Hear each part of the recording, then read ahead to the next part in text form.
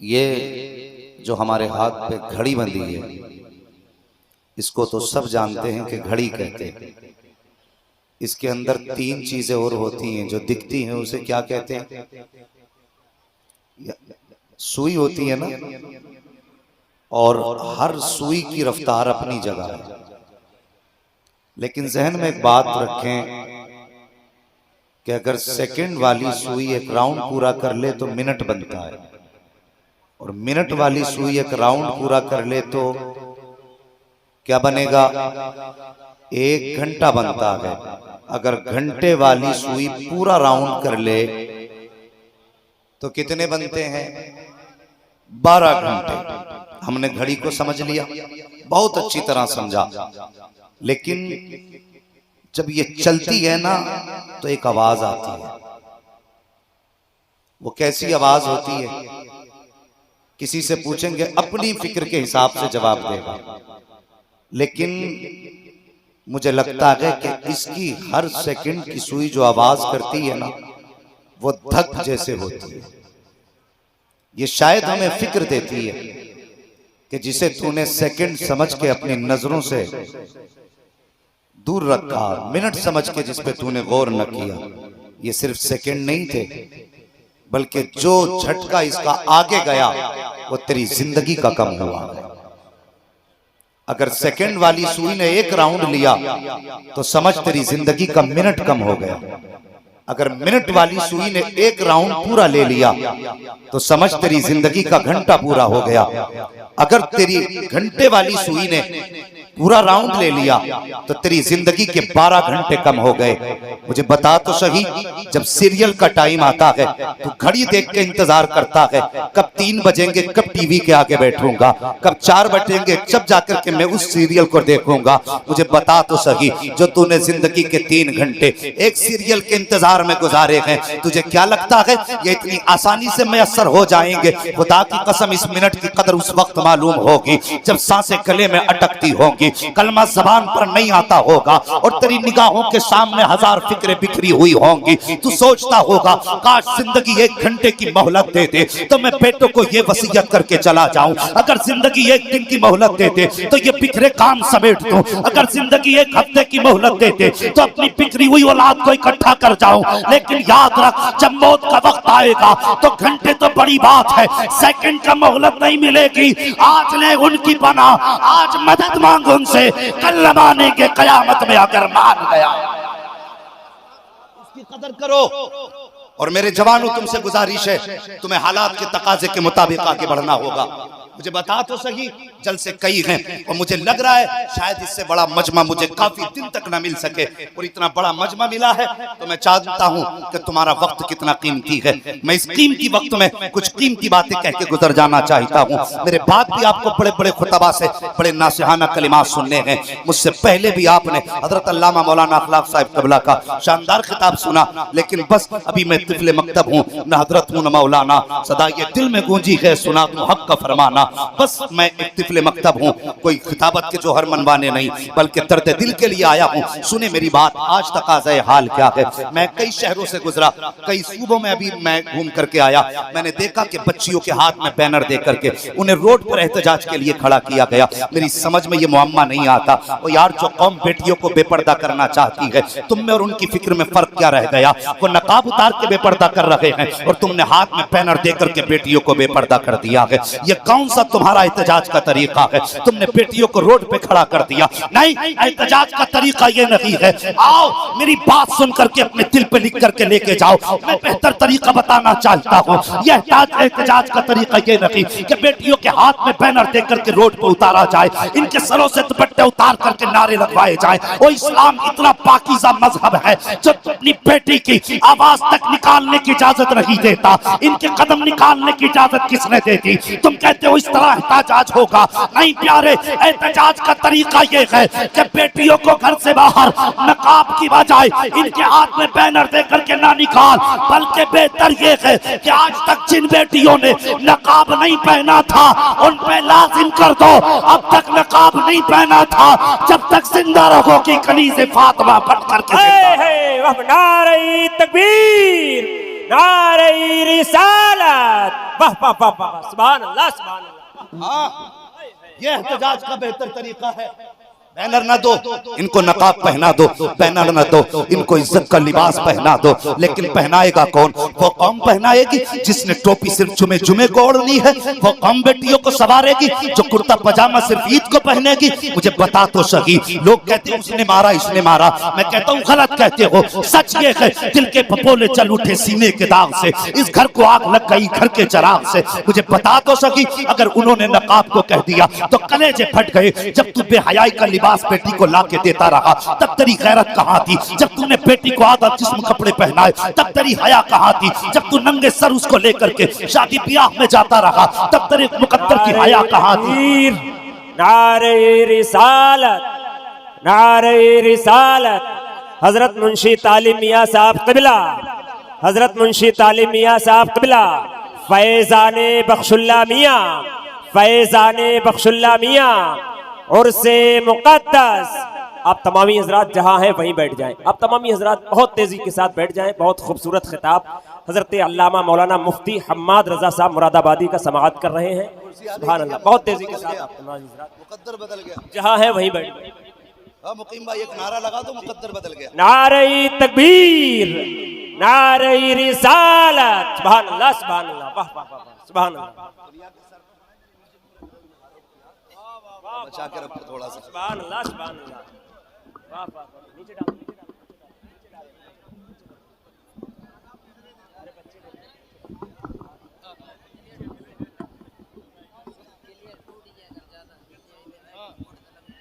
खैरियत है आप लोग? बात बुरी तो नहीं लग रही? याद रखना, सच्ची बात कड़वी होती है। मैंने बुजुर्गों को कहते सुना, अल हक़्क़ु मुर्रुन, हक बात कड़वी होती है। लेकिन एक बात याद रखना, दवा जितनी ज्यादा कड़वी होती है फायदा उतना, सारे बोले फायदा उतना ज्यादा होता है। बात कड़वी है, बस मेरी बात सुने। अंदाज़े बयां मेरा बहुत शौक नहीं है, शायद कि उतर जाए तेरे दिल में मेरी बात। मैं किसी का दिल दुखाने नहीं आया, बल्कि अपने दुखे दिल की कहानी सुनाने आया हूँ। मेरी बात जरा दिल से सुनना प्यारे।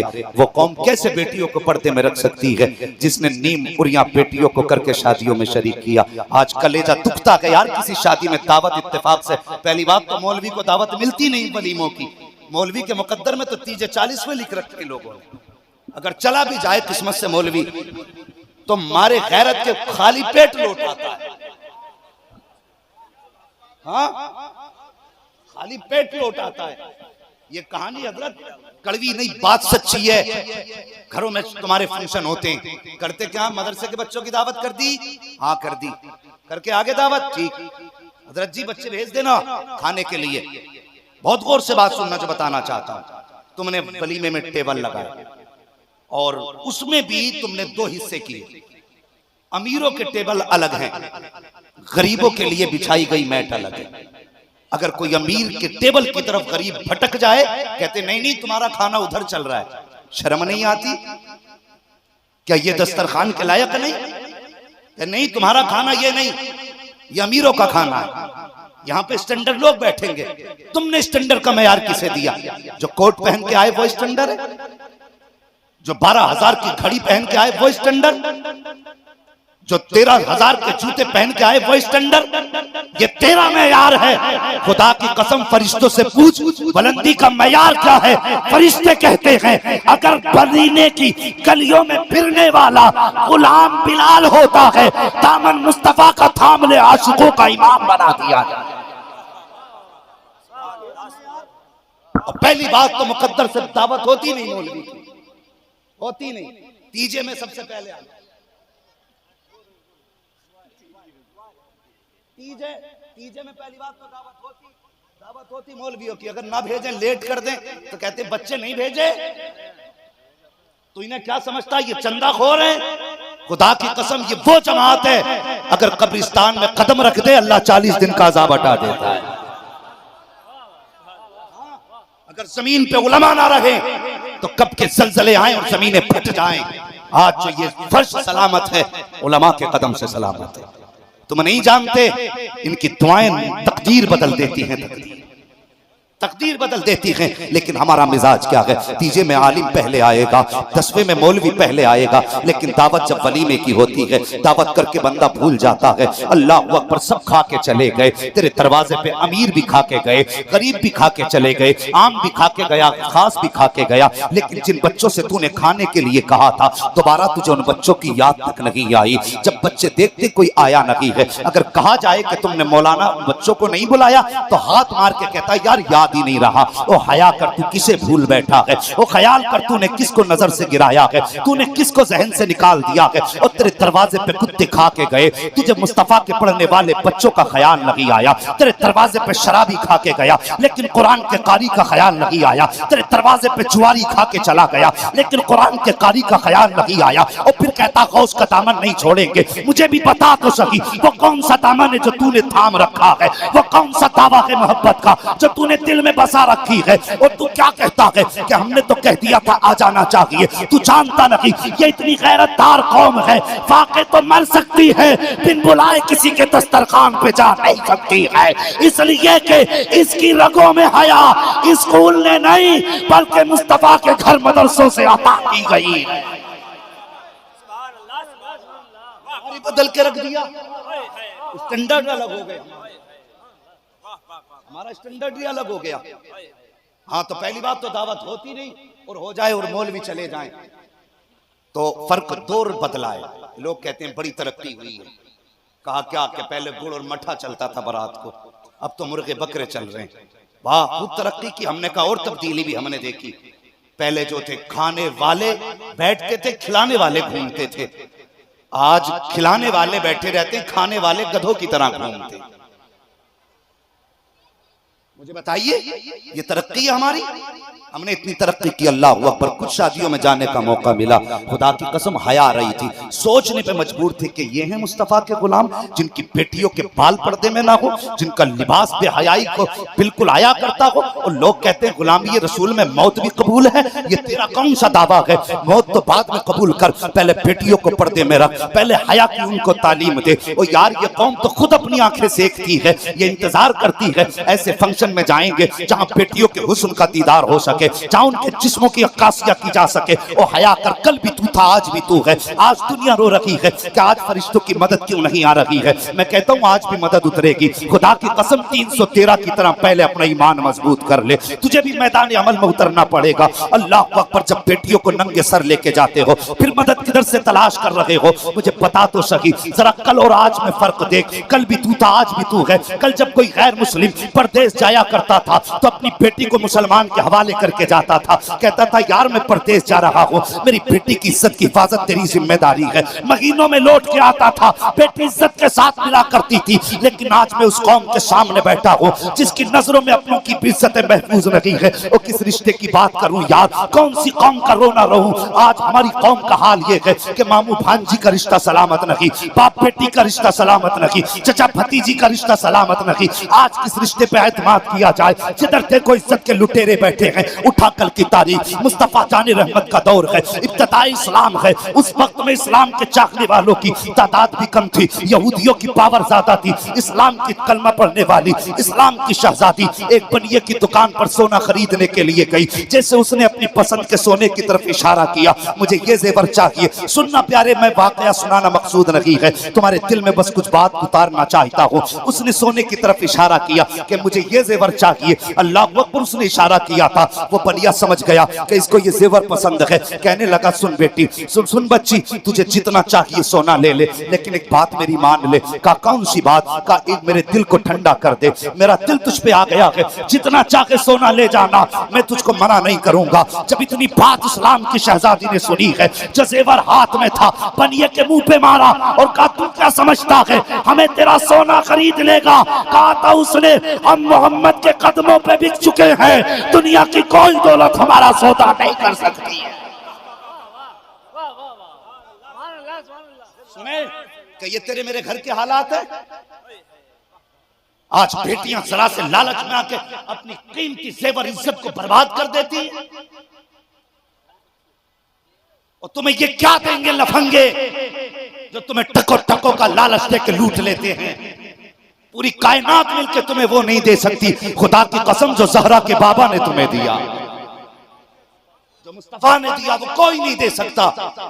पूछो क्या दिया तुम्हें? मुस्तफा ने जिगर का टुकड़ा कहा, इससे बड़ी दौलत क्या हो। कब कहा? जब बेटियों को मारने पे फख्र करते थे, जब गला घोंटने पे फख्र था, जब जिंदा दफन करने में फख्र था, तब मेरे नबी ने कहा था मेरी फातिमा मेरे जिगर का टुकड़ा है। अगर मेरे हुजूर ये ना कहते और बेटी को इज्जत ना देते तो खुदा की कसम आज जमीन पे बेटियां नजर तक नहीं आती। आज जब बेटी घर से नंगे सर निकलती है तब उसे मुस्तफा की याद क्यों नहीं आती? और जब आज का लफंगा टको टको का लालच देकर के बेटियों की इज्जतें लूटता है, वो कल जब फरार हो जाती है तो आता है, मुंशी जी तावीज दे दो, बेटी भाग गई किसी को पता ना चले, ऐसे ही लौट आए। तूने 18 साल क्या परवरिश की अपनी बेटी की? बता, 18 साल तक क्या पढ़ाया था? तू पूरी जिंदगी अपने घर के अंदर बेहयाई का सबक पढ़ाता रहा। आज जब घर से फरार हुई तो मुंशी जी एक तावीज से तेरी बेटी लौटा दे। तेरी 18 साल की गलती पे एक तावीज पर्दा नहीं पड़ सकता। घर के हालात बदले। मैं तारीख की बात कर रहा था जब उसने कहा कि नहीं तेरा जेवर नहीं खरीद सकता। तवज्जो है ना आप लोगों की? अभी जाग रहे हैं सारे लोग। अल्लाह सलामत रखे, जरा बोल दें या रसूल अल्लाह। हाँ सुभान अल्लाह। बस जरा सुने मेरी बात। उसने कहा जितना चाहे जेवर ले ले, लेकिन मेरे दिल को ठंडा कर दे। उसने जेवर फेंका, वो समझ गई नीयत खराब है, वहां से निकली। जैसे निकली वहां से ना, वो भी दुकान से बाहर आया, उसने इस्लाम की शहजादी का हाथ पकड़ लिया, खींचने लगा तो मरता क्या ना करता। बच्ची ने एक आवाज दी, है कोई गैरतदार जो इस बेटी की आबरू बचा सके? इतनी बात कही उसी बाजार में कलमा पढ़ने वाला नबी का सब्जी की दुकान पे सब्जी खरीद रहा था। जैसी आवाज उसके कानों से टकराई, वो यार थैला छूट गया।